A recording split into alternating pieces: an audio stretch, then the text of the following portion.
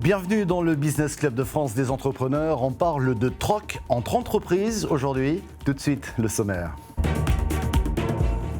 Notre invité cette semaine depuis Bordeaux, Sylvain Lomé, fondateur de la société Barterlink, une plateforme de troc entre entreprises. On vous en dit plus dans un instant.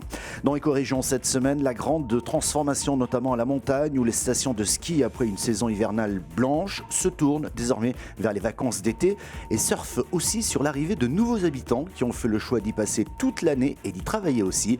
Un reportage dans les Pyrénées dans cette émission. Et puis on se réinvente aussi en mer, en Martinique. Le navire Capot Rosso, qui transportait jusqu'à présent des personnes, s'est diversifié en transportant désormais du petit fret inter-îles Caraïbes. Et puis le médiateur des entreprises, Pierre Pelouzet, nous parlera du bon de commande garanti par l'État. Soyez les bienvenus. Et tout de suite, direction Bordeaux pour retrouver notre invité, Sylvain Lomé, CEO de Barterlink. Bonjour Sylvain. Bonjour. Alors en préparant ce rendez-vous et en regardant le nom de votre entreprise Barterlink, cela m'a fait penser au bartering. Alors le bartering, pour nos auditeurs et téléspectateurs, a été très utilisé dans les médias et ça a commencé aux États-Unis. En fait, la pratique était simple. Des producteurs de programmes de télévision, par exemple, c'était essentiellement des soaps, pour être très clair.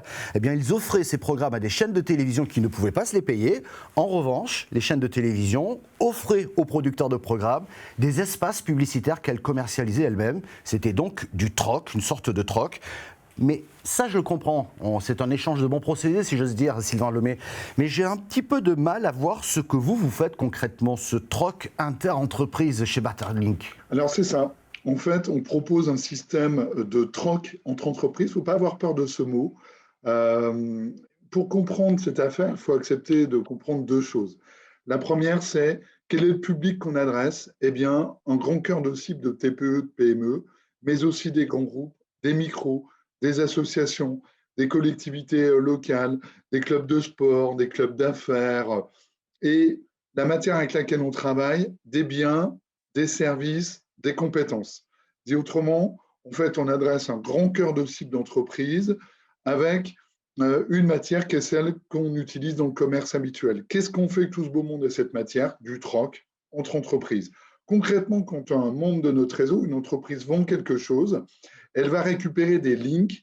Un link égale 1 euro. Et avec ces links, elle va couvrir d'autres projets, d'autres besoins auprès d'une autre entreprise du réseau. Ce que je viens de vous décrire, c'est la version la plus ancestrale, la version originelle du commerce. C'est du troc, mais exclusivement entre entreprises. Alors pour que je comprenne bien, je vais prendre un exemple. Je suis entrepreneur dans le BTP, j'ai trop de sacs de ciment par exemple, je veux les échanger contre autre chose. Je ne sais pas très bien contre quoi, mais je n'en ai pas besoin de ces sacs-là. Ça veut dire que vous êtes capable de me trouver la bonne personne qui va récupérer ces sacs de ciment parce qu'elle en a besoin, mais en échange, elle va me proposer un autre service. Est-ce que c'est ça, notre service, ou un autre produit, brouette, matériel par exemple ? C'est un bon exemple, mais on va beaucoup plus loin que ce que vous venez de dire là. On a donc une entreprise avec des sacs de ciment sous-utilisés, en trop, du surstock. Et à l'autre bout de la chaîne, à l'autre bout du réseau, on a une entreprise qui a besoin de sacs de ciment. On va organiser le match. L'entreprise qui a ces sacs de ciment va les vendre à l'autre entreprise avec une vraie facture, hors taxe, TVA, TTC. Et imaginons que ça se vende 5 000 euros hors taxe, 6 000 euros TTC. C'est l'intérêt de la monnaie interne qu'on a mise en place dans le réseau, la créditer pour la vendeuse de 6 000 links, un link égale 1 euro, et celui qui a acheté va être débité du même montant. Première opération. Deuxième opération, celui qui a vendu n'a pas besoin de l'offre de l'autre. C'est là l'intérêt d'une monnaie. Avec ces 6 000 links, il va acheter ce qu'il veut et ailleurs, peut-être dans la même entreprise, mais il va peut-être vouloir refondre son site web, former son personnel, acheter de l'équipement de bureau, acheter du conseil en matière comptable, fiscale, juridique. Et c'est l'intérêt de la monnaie qu'on a mise en place que de pouvoir faire des échanges multilatéraux et pas seulement dans un seul sens. Alors là, effectivement, Sylvain Lomé, je comprends mieux cette monnaie que vous avez créée qui s'appelle le Link. C'est en fait, on a utilisé là une des une des caractéristiques essentielles d'une monnaie, avant qu'on en fasse un outil de spéculation, qui est en fait un outil qui permet de faire des échanges commerciaux. Mais attendez, là on va être très clair, en tant qu'entreprise, je ne peux pas faire de facture en link, si? Eh bien, vous ne faites pas de facture avec des links. Vous faites une facture de 5 000 € hors taxe, 1 000 € de TVA, 6 000 € TTC. Les factures dans le commerce habituel, elles vont être payées par virement, prélèvement, carte bancaire, chèque, tout ce qu'on veut. Dans notre modèle, elles sont payées dites par compensation sur Barterlink. Et Barterlink joue le rôle de ce qu'on appelle une chambre de compensation, constate à un endroit qu'il y a une vente pour un montant de 6 000 links et à un autre endroit un achat pour le même montant. Et c'est tout. C'est la seule chose à faire. Dans la comptabilité, on va être enregistré dans la comptabilité du vendeur comme de l'acheteur en code 51, comme une banque, et le compte du client va être un jour crédité de 6 000 links, le lendemain débité de 6 000 links. C'est comme si vous commerciez dans un pays dont la monnaie est le link. Et c'est donc, c'est ça qui est très important, à partir du moment où vous avez émis une facture, la TVA est impactée, l'IS, impôt sur les sociétés, est impacté, et c'est donc comptablement et fiscalement autorisé. Ça a été rappelé plusieurs fois par Bercy, et on ne serait pas là pour en discuter si ce n'était pas le cas. Le troc entre entreprises, on continue d'en parler dans un instant, mais tout de suite, c'est notre rendez-vous Éco-Région. La grande transformation des stations de ski dans les Pyrénées. Après une année blanche, ces stations se tournent vers le tourisme 4 saisons, mais misent aussi sur un phénomène nouveau, les nouveaux habitants. Ils sont nombreux à avoir fait le choix de s'y installer à l'année et d'y travailler. Une nouvelle dynamique voit donc le jour. Un reportage d'Alizé Marty de Via Occitanie. Après une saison d'hiver blanche, les stations des neiges catalanes se tournent désormais vers les vacances d'été. Et la crise sanitaire a révélé un nouveau flux touristique. On sent un tourisme un peu plus linéaire avec des gens qui étaient résidents secondaires qui deviennent un peu plus résidents permanents. Et je pense que ça dépassera très largement le cadre de la crise sanitaire. C'est des gens qui ont trouvé une qualité de vie, une possibilité de travail, surtout quand on travaille dans le tertiaire, qu'on travaille en ligne, c'est possible. Donc voilà, j'ai l'impression qu'il y a des habitudes qui ont changé, des habitudes fondamentales. C'est un véritable exode urbain que constatent ces stations, à l'heure où l'économie de montagne ne rime pas seulement avec tourisme d'hiver. On est des outils de développement du territoire. La vie en montagne continue, doit continuer, à la fois pour l'entretenir d'un point de vue écologique et environnemental, parce que c'est nous les principaux acteurs. Et puis je crois que les gens vont vivre aussi différemment et vont pouvoir faire du télétravail. Je pense que les modèles d'organisation ont là aussi évolué et on peut être une alternative extrêmement positive à tout ça. Après la montagne, la mer, où ici aussi des professionnels se transforment, comme ce navire Capo Rosso, qui transportait jusqu'à présent des passagers et qui est devenu un navire de petit fret inter-îles. Un reportage de Hélène Sérignac de Via TV. Bienvenue à bord du Capo Rosso. Ce petit navire martiniquais de fret rapide et autonome se prépare à desservir toute la Caraïbe. Donc il peut aller jusqu'à 22 en croisière. Donc ça veut dire pour aller à Sainte-Lucie, il nous faut 1h15. Et on peut transporter 10 tonnes de marchandises avec en plus 3,6 mètres cubes de fret. Et en plus l'avantage de ce bateau, donc il n'a pas besoin d'un ponton pour décharger. On peut décharger sur un ponton cassé, sur n'importe où, donc c'est le gros avantage. Comme il y a une grue qui est autonome.